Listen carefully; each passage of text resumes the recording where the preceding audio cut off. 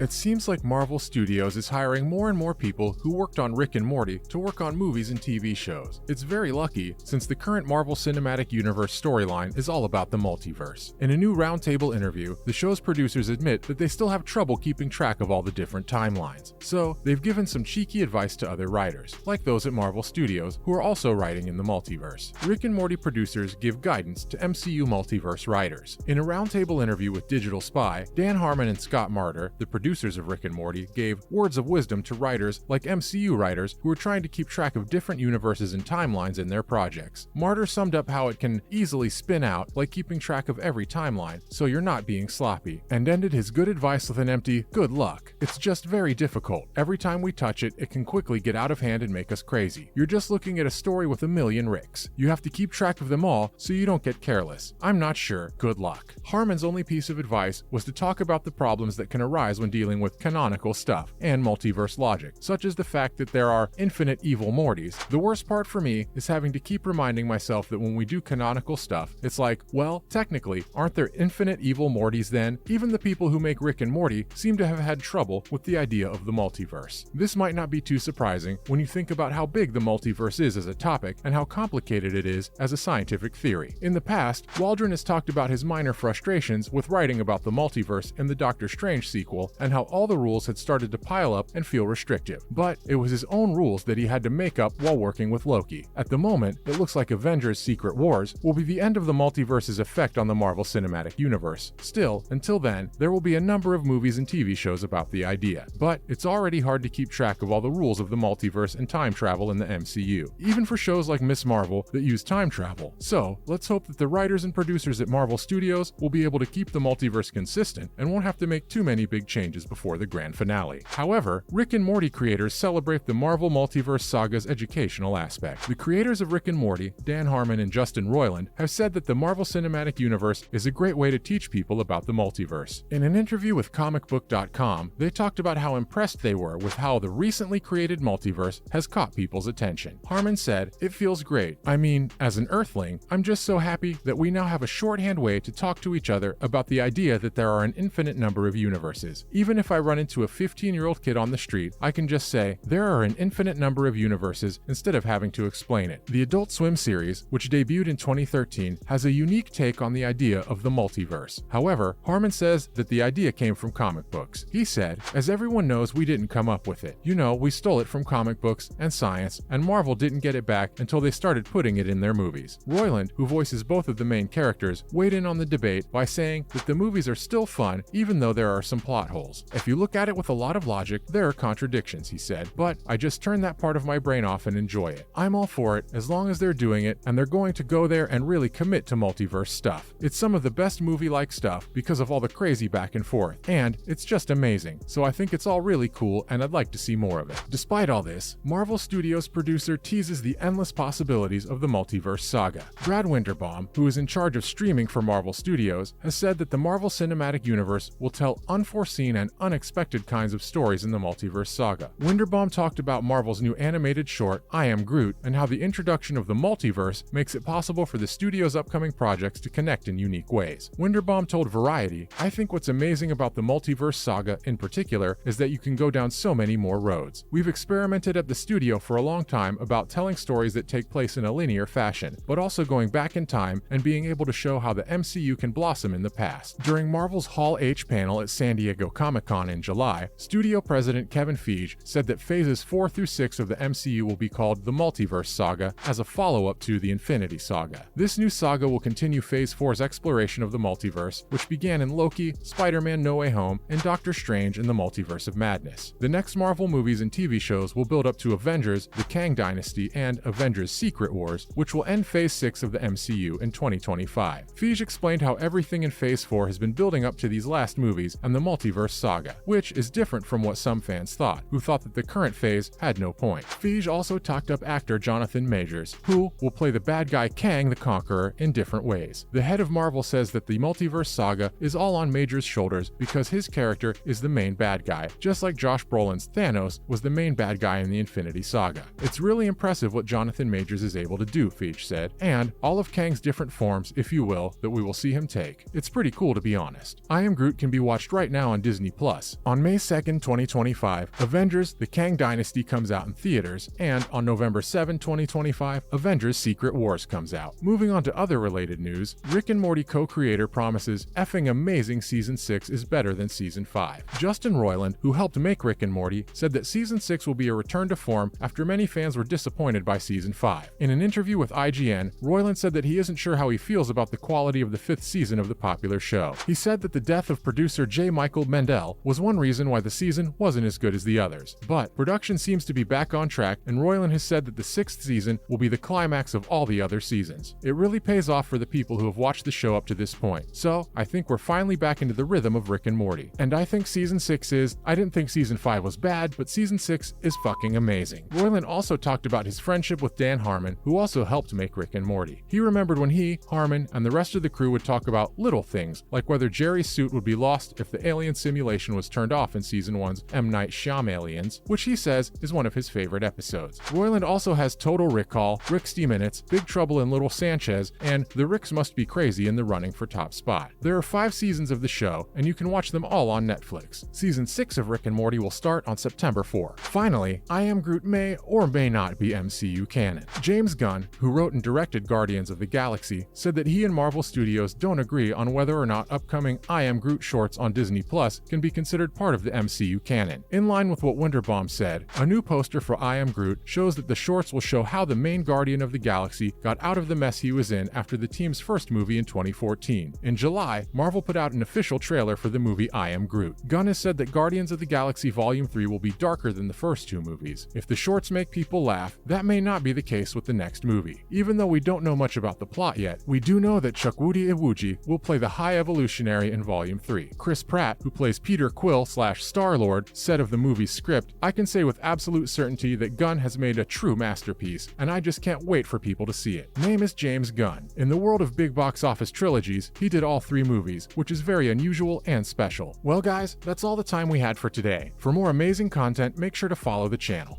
Make sure to